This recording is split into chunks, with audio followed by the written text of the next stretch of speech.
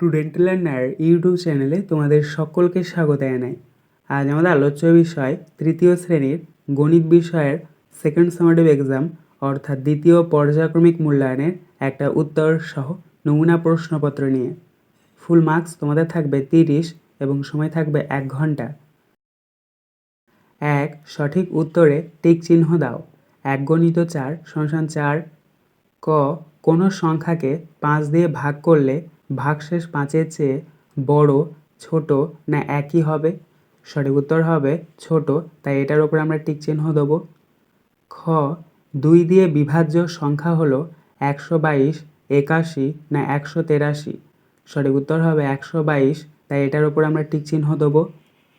গ. জোড় সংখ্যা হলো 27, 22 না 21? সঠিক উত্তর হবে 22, তাই এটার উপর আমরা টিক চিহ্ন দেবো। ঘ.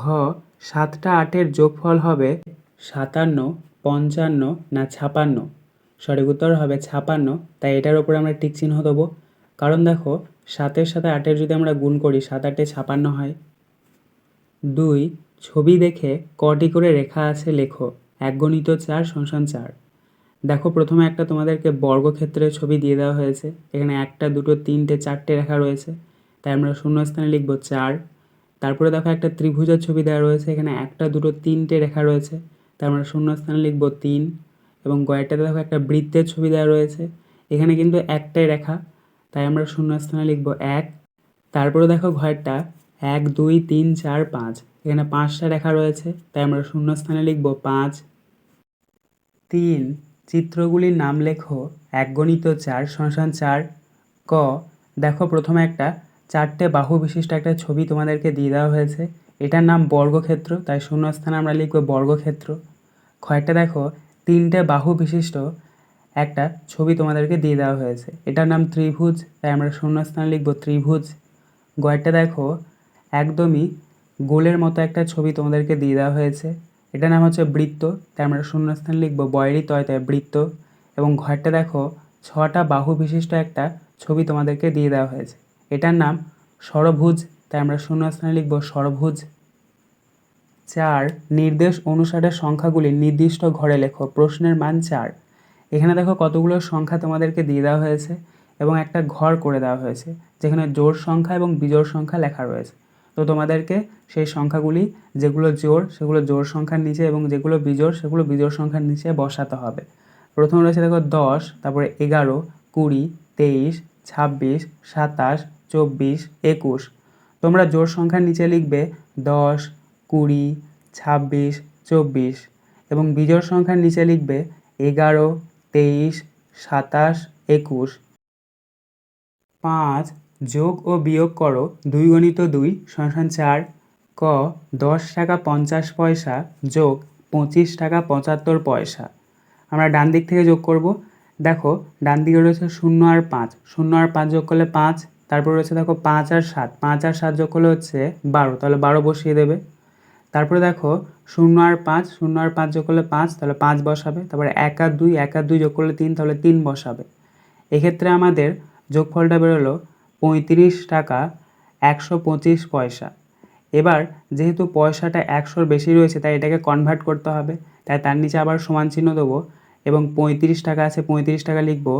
তারপরে 100 যোগ 25 পয়সা লিখব, তার নিচে আবার সমান চিহ্ন দেবো। এবার 100 পয়সাটা ওইদিকে 1 টাকা হয়ে কনভার্ট হয়ে যাবে, তাহলে 35 আর 1 যোগ করলে কত হচ্ছে 36, তাহলে 36 টাকা লিখবে আর তারপরে লিখবে 25 পয়সা। এক্ষেত্রে আমাদের যোগফলটা বেরোলো 36 টাকা 25 পয়সা। খ. 80 টাকা 75 পয়সা বিয়োগ 58 টাকা 10 পয়সা। তো আমরা ডান দিক থেকে বিয়োগ করব।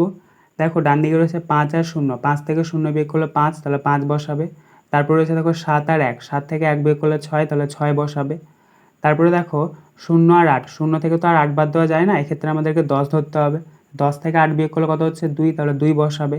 আর এখানে যেহেতু আমরা 10 ধরেছি, তার পাশে যে সংখ্যাটা আছে সেটাকে 1 ঘর কমাবো, পাশে রয়েছে 8, 8কে যদি আমরা 1 ঘর কমাই তাহলে পাবো 7 এবং 7 থেকে 5 বিয়োগ করলে কত হচ্ছে 2, তাহলে 2 বসাবে। তাহলে এক্ষেত্রে আমাদের বিয়োগফলটা বেরোলো 22 টাকা 65 পয়সা। 6. গুণ ও ভাগ করো। 2 গুণিত 2 সমান 4। ক. 121 গুণিত 4। তো প্রথমে তোমরা এটাকে সাজিয়ে নাও। প্রথমে লেখো 121, তার নিচে লিখবে 4, নিচে একটা দাগ দেবে, গুণ চিহ্ন দেবে, গুণ করে নেবে। প্রথমে 4-এর সঙ্গে 1-এর, 4 একে 4, তাহলে 4 বসাও। 4-এর সঙ্গে 2-এর, 4 2 8, তাহলে 8 বসাও। আবার 4-এর সঙ্গে 1-এর, 4 একে 4, আবার 4 বসাও। এক্ষেত্রে আমাদের গুণফলটা বেরোলো 484। খ 50/6, 50কে 6 দিয়ে ভাগ করতে হবে। প্রথমে তোমরা ভাগের বক্সটা করে নাও। মাঝখানে লিখবে 50, বাঁ দিকে লিখবে 6। প্রথমে তোমরা নিয়ে যাবে 6 8 48, ওপরে 8, তারপরে 50-এর নিচে তোমরা লিখবে 48, নিচে একটা দাগ দেবে, বিয়োগ চিহ্ন দেবে, বিয়োগ করে নেবে। দেখো 50 থেকে যদি আমরা 48 বাদ দিই তাহলে পাবো 2, তাহলে 2 বসাও। আর দেখো ভাগ যাচ্ছে না, তাই ওপরে যেটা আমাদের বেরোলো অর্থাৎ ভাগফল আমাদের বেরিয়েছে 8 এবং ভাগশেষ আমাদের বেরিয়েছে 2। 7 নিচের সমস্যাগুলির সমাধান করো। 3 × 2 = 6। ক একটি গ্রামের প্রত্যেক পরিবারকে 2 কেজি করে চাল দেওয়া হয়। মোট 300 কেজি চাল পাঠানো হলো, কটি পরিবার চাল পেল? উত্তর, এটাকে তোমাদেরকে ভাগ করতে হবে। প্রথমে তোমরা লিখবে ভাগের যে বক্সটা সেটা, মাঝখানে তোমরা লিখবে 300, বাঁ দিকে তোমরা লিখবে 2। প্রথমে তোমরা নিয়ে যাবে 2 1-কে 2, 3-এর নিচে 2 লিখবে, নিচে একটা দাগ দেবে, বিয়োগ চিহ্ন দেবে, বিয়োগ করে নেবে। দেখো 3 থেকে 2 বিয়োগ করলে কত হচ্ছে 1, তাহলে 1 বসাবে, আর 0 আছে 0 বসাবে। তারপরে তোমরা আবার নিয়ে যাবে 2 5 এ 10, ওপরে 5, 10-এর নিচে 10, নিচে একটা দাগ দেবে, বিয়োগ চিহ্ন দেবে, আবার তোমরা এখানে শূন্যটা নামাবে, তারপরে 2 0 0। তাহলে এক্ষেত্রে আমাদের ভাগফলটা দেখো মিলে গেছে। ভাগফল আমাদের বেরিয়েছে 150। অতএব আমরা উত্তরটা লিখে নেব 150টি পরিবার চাল পেল। খ দার্জিলিং থেকে 8 পেটি কমলালেবু এসেছে। প্রত্যেক পেটিতে 64টি কমলালেবু আছে। মোট কতগুলি কমলালেবু এসেছে? উত্তর, এটাকে তোমাদেরকে গুণ করতে হবে। প্রথমে তোমরা লিখবে 6 10 4 64, তার নিচে লিখবে 8, নিচে একটা দাগ দেবে, গুণ চিহ্ন দেবে, গুণ করে নেবে। প্রথমে 8-এর সঙ্গে 4-এ গুণ করবে, 8 4 32, 32-এ 2 বসাবে, হাতে 3 নেবে। তারপর 8-এর সঙ্গে 6 গুণ করবে, 8 6 48, 48 আর 3 যোগ করলে কত হচ্ছে 51, তাহলে 51 বসাবে। এক্ষেত্রে আমাদের গুণফলটা বেরোলো 512। অতএব আমরা উত্তরটা লিখে নেব মোট 512টি কমলালেবু এসেছে।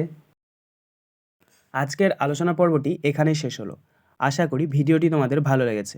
যদি ভালো লাগে একটা করে লাইক করে দিও।